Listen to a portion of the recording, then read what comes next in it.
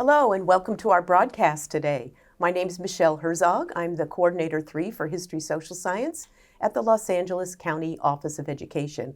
We're very excited about this three-part broadcast on exploring implicit bias in the History Social Science classroom. As you know, ethnic studies is moving forward. A lot of schools are approaching it in many different ways, and many schools are looking at it through the lens of their History Social Science classrooms. Implicit bias is an important component of ethnic studies and should be for every history classroom. So we are here to present an in-depth look at implicit bias through the context of three modules. Module 1, which we'll start today, is around using inquiry in ethnic studies with Michael Sabin. Module 2 is on developing mindsets, skill sets, and exploring bias with Sandra Line. And Module 3 is on exploring ethnic transformations in California. We hope that each of these will be helpful to you in the classroom as you move forward in strengthening not just your History Social Science class, but in implementing ethnic studies as well. So we're going to start today with Module 1 using inquiry in ethnic studies. Part 1 is an overview of what that means. After Part 1, we will have a break and then go to Part 2 of this module, using compelling questions to engage students and disrupt narratives. Then Part 3 of this module, helping students interrogate primary and secondary sources. And finally, Part 4 of this module is on communicating conclusions and taking informed action.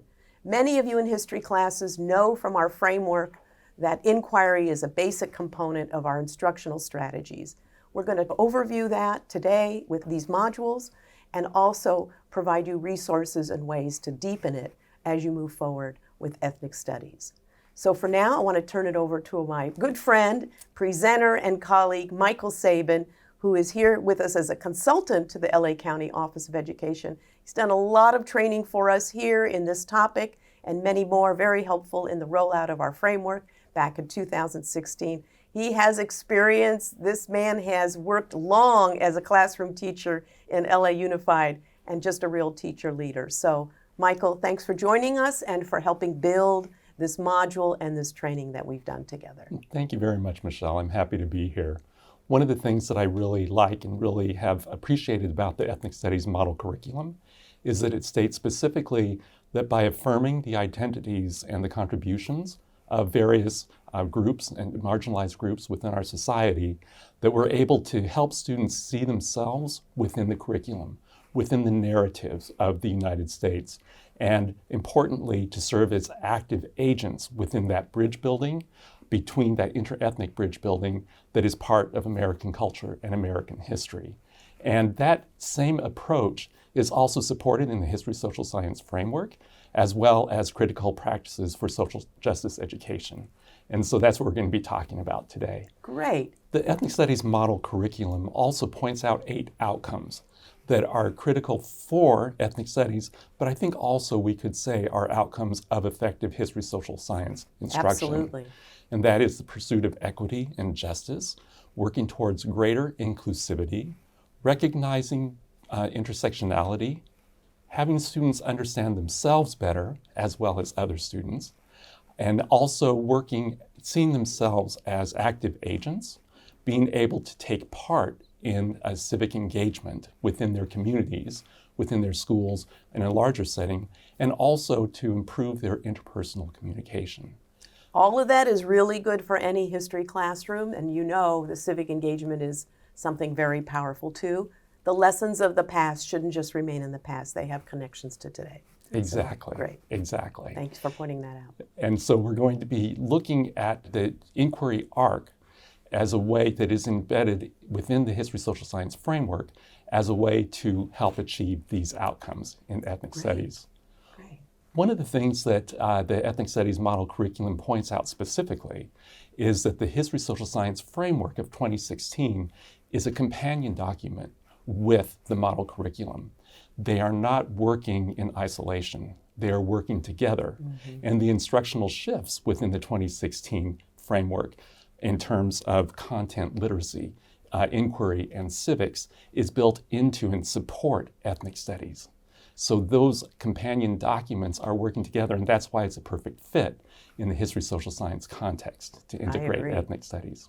Great, I agree. So a question, why inquiry? Because of all of the shifts that we're talking about here, why is inquiry so important? I learned very early on as a teacher that curiosity is probably the single quality that students bring to the classroom automatically. What I learned also is that students weren't always curious about the things that I wanted them to be curious about. Exactly. But there were certain themes and certain topics that always aroused their curiosity. Issues of fairness and justice, of equity, of systems of power. Students always had questions about, why did that happen? How did that happen to those people? That wasn't fair to them. What did they do about it?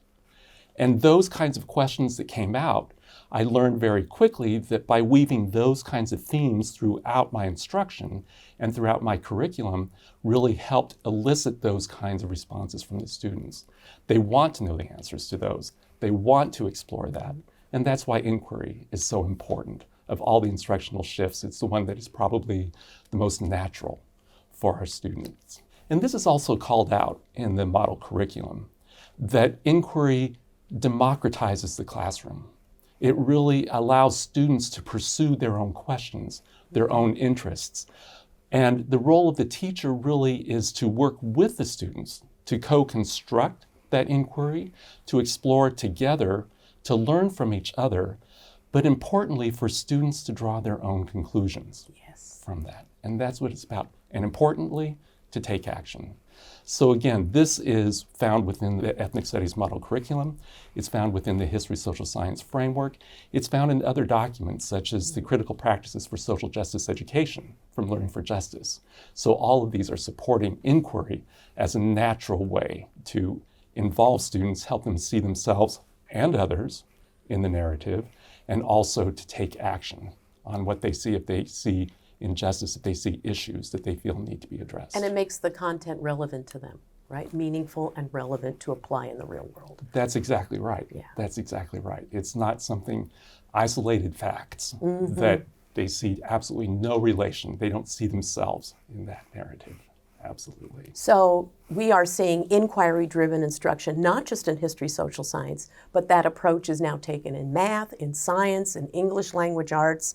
And so it's wonderful that now history teachers are also embracing this pedagogy and moving it forward. We also know that the College, Career, and Civic Life C3 framework, which really maps out the inquiry-driven process for social studies, was published by the National Council for the Social Studies, and it features this approach. A lot of that is what you're going to review from that document as well, and we see it also in our state history framework. So you're giving us an overview. Explain a little more about that entire four-dimension approach looks like. Great. And as you mentioned, that C3 framework inquiry arc is incorporated into the 2016 History Social Science framework. Yes. It has 4 dimensions. The first begins with developing questions and planning the inquiry. We'll be talking more about that in part 2. What's important is that this is a well-designed inquiry unit. It's not a teachable moment. It's not something like, oh, that's an interesting question. Well, let's talk about that. It is planned out, it is thoughtful, it is constructed in a way that naturally leads to the other 3 dimensions that follow. Dimension 2 is applying disciplinary concepts and tools. So students look at an issue, they look at a compelling question from multiple angles, multiple perspectives to deepen their understanding of that. In Dimension 3, they look at a variety of sources, but they don't just read those sources and take them at face value.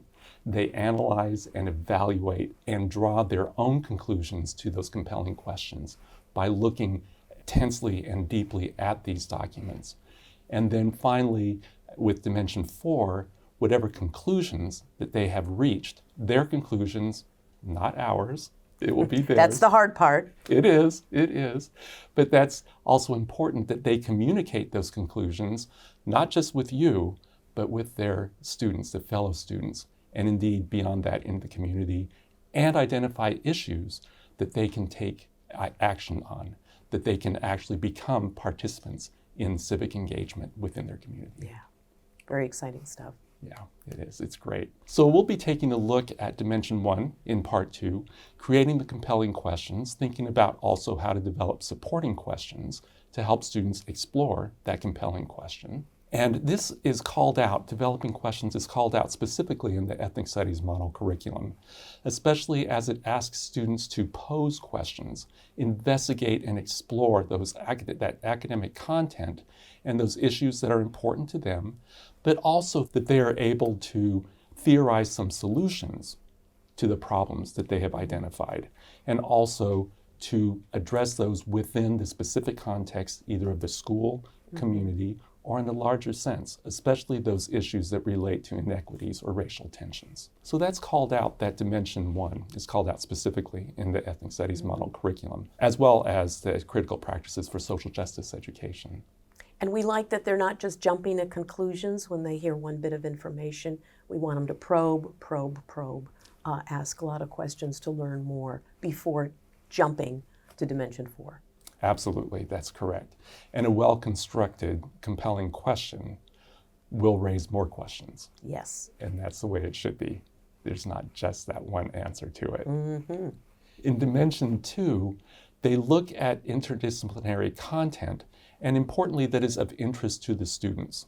So the compelling question, if it's generated by the students and it's something that is co-constructed with the teacher, then we'll bring content in that is of interest in answering that compelling question, but importantly from multiple perspectives, from lenses such as geography, history, civics, and economics, so that students get a deep understanding of all the aspects of the question.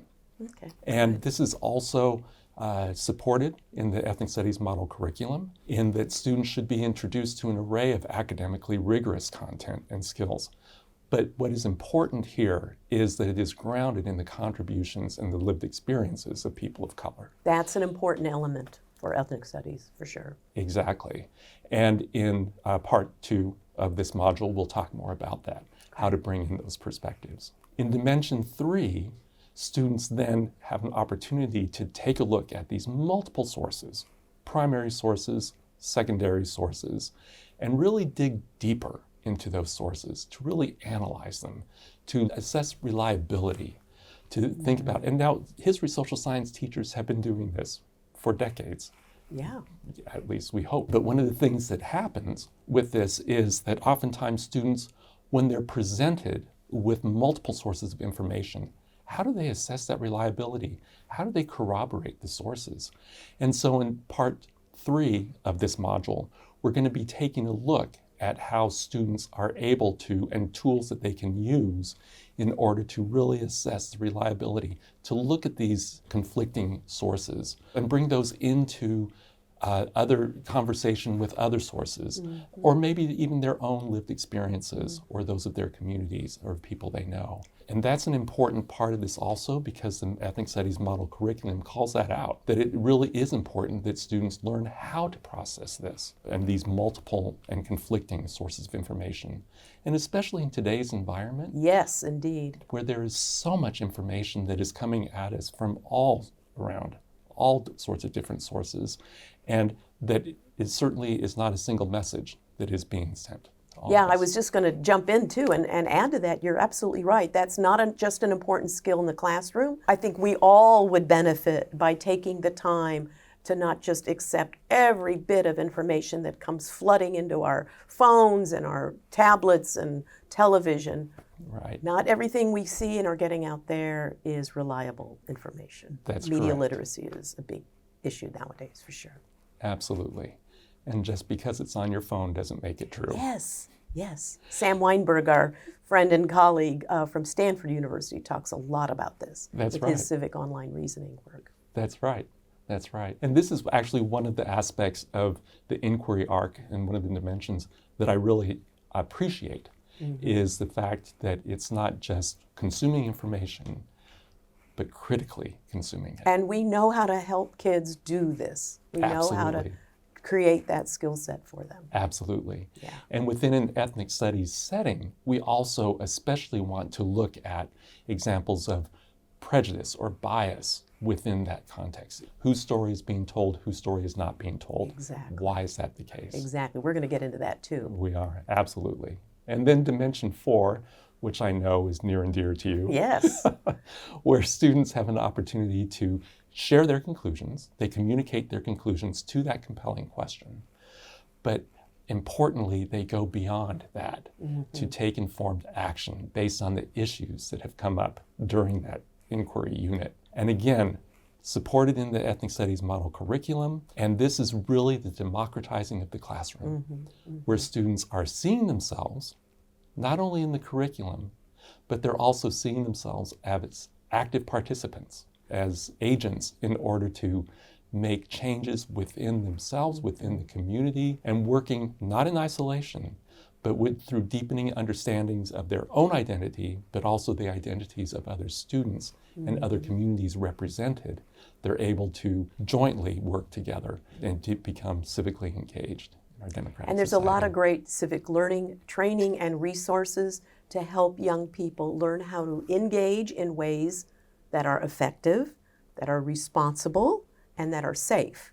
There's different aspects of that, and we'll talk further about that in the We other will. modules and parts. And that's why I'm glad that you brought that up, because again, it's not a teachable moment. Or, Right. well, what are you going to do? Students oftentimes will say, well, I'm going to, have a strike. And Right. students without really understanding what that means. And that's why it's important the inquiry is planned from the beginning. Yes. And each of these dimensions are carefully considered and planned by the teacher. But it's, again, I'm going to go back to that co-constructing knowledge. It's not the teacher saying, this is what we're going to study. Here's the inquiry. Now do what I've told you to do. Yeah. Let's study it together. Let's explore, look at everything that's out there. Right. And let's all Slow it down. Let's all come to our own conclusions. Yes. Also. They may not be my conclusion. They may not be another student's conclusion, but they're yours. Based on the evidence that they're seeing and that they've analyzed, of course. Took the words right out of my mouth there, Michelle. Okay, so Michael, yes, the inquiry-driven process is near and dear to our hearts as history folks, and I like the way you've been framing it around ethnic studies too, for the history teacher, but also if people are teaching ethnic studies in other classrooms, I think it's an equally valuable approach as well. Can you dig in a little bit more with us on how inquiry-driven instruction supports ethnic studies further? Oh, absolutely. With inquiry, students are encouraged to ask questions about some basic themes that appear in ethnic studies. Themes of identity, for example. Oh, yes. Who am I? Who is my family? Who is my community? How can I make differences, positive impacts on those very same institutions? So thinking about that naturally leads students to investigate those questions, as well as address ways that they can work with issues and take specific actions to address those issues within their community is one way. Another way is ethnic studies naturally asks students not just to know about themselves, but to also know about other students and other people and other communities that are represented. And so again, through inquiry, the students aren't just wondering about the answers to this question or how does this question influence me. It's really about how does this question also influence others? Who are the other participants in this? And I think the inquiry naturally does that. It broadens, it expands the question, it expands the narrative. And again, those questions of, well, who is represented in this text? Who is represented within the context of this issue? Who is missing? And why are they missing? Is it because they weren't there? Or is it because the text has specifically eliminated or has just failed to mention that there were other participants? So inquiry naturally broadens the narrative, and within ethnic studies, that's what we want, a broadening of perspectives, a broadening of understanding about the contributions of everybody. Thank you. That's a great understanding there. One important consideration is as you begin designing the units, as we talked about, this is carefully constructed, it's well thought out from start to finish, is to make sure that the unit of inquiry is addressing and fulfilling the guiding values and principles of ethnic studies. There are 6 of them. Values and principles such as cultivating self-determination, empathy, of holistic well-being of Black, Indigenous, and people of color. You want to think about celebrating the contributions and the rich histories and intellectual wealth and cultural wealth of those very communities. You want to make sure that you are also incorporating opportunities to challenge racist and prejudiced beliefs and practices, critique empire building, but also think about ways that the students can connect to social movements to promote equity and justice, and looking forward to a future that is, a post-racist future that we're looking for. And so really the unit should incorporate those guiding values and principles, opportunities to explore those. Great. You want to think also about those outcomes that we said are a natural outcome that we would want in any unit of study in history, social science. The pursuit of equity and justice, also inclusivity, opportunities to recognize intersectionality, have opportunities for the students to learn more about themselves, learn more about other students, as well as identifying issues and seeing themselves as active agents in addressing and correcting issues and topics that they're seeing raised in their community. You also want to think about the instructional guidance that is provided in the ethnic studies model curriculum. For example, democratizing the classroom and citizenship. You want to make sure that the unit of inquiry in your classroom is really an experience where all students are involved and you are working with the students in co-constructing that knowledge. You want to think about culturally, community relevant and responsive education. Absolutely. Diverse content is not enough. You need to really know the cultures that are represented in your room, have a deep understanding of that, know their norms and nuances of those cultures. And you need to look at ways for in-class community building so that the students' stories are coming in, their experiences are included in that, and that the instruction is emotionally appropriate for the classroom, and that students really feel that they are participants in that their stories are being told. So that's an important part of constructing and designing that unit of inquiry. During this process, there are going to be difficult issues that come up. So it's important for the instructor to ensure that they are not only eliciting the students' perspectives and questions about this, but that they're monitoring the student understanding of that and maybe pushing students to think critically about what is being learned and what is being discussed, and helping them appreciate the insights and wisdom not only of themselves, but other students also, and how to interact in a respectful, productive way within the classroom. Yes, very important. One of the tools that we've used with the History Social Science Framework training has been the inquiry-driven lesson template. With my experience working with teachers, this was extremely valuable in that it went through specifically every dimension of designing an inquiry unit, all those 4 dimensions that we talked about. We're going to, throughout the course of this module, take a look at this template, look at what it's asking of teachers in preparation, and what it's asking of students, but also specifically look at it through an ethnic studies lens. So you'll walk us through it. That's wonderful. Thank you for doing that. Absolutely. We've also designed an educator's guide that will have some review of what we're going to be talking about, some questions to think about, as well as some resources, such as the inquiry-driven lesson template that we just talked about, and other resources to help teachers as they work through the 4 dimensions of inquiry with their students. Good. It's going to be a perfect match, and all of the resources will be available too that go through this. You're going to walk us through it in the other parts.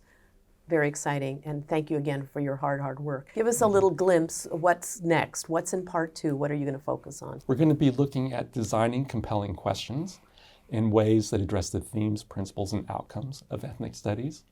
We're going to also take a look at how we can apply those disciplinary lenses to help really broaden the inquiry and the understanding of content, but making sure, again, that those are aligned to the principles and values of ethnic studies, and consider how this process of addressing compelling questions through multiple perspectives can really engage students, but also disrupt perhaps the received narratives that they've either had through media, through textbooks, or elsewhere. Okay, great. Well, thank you.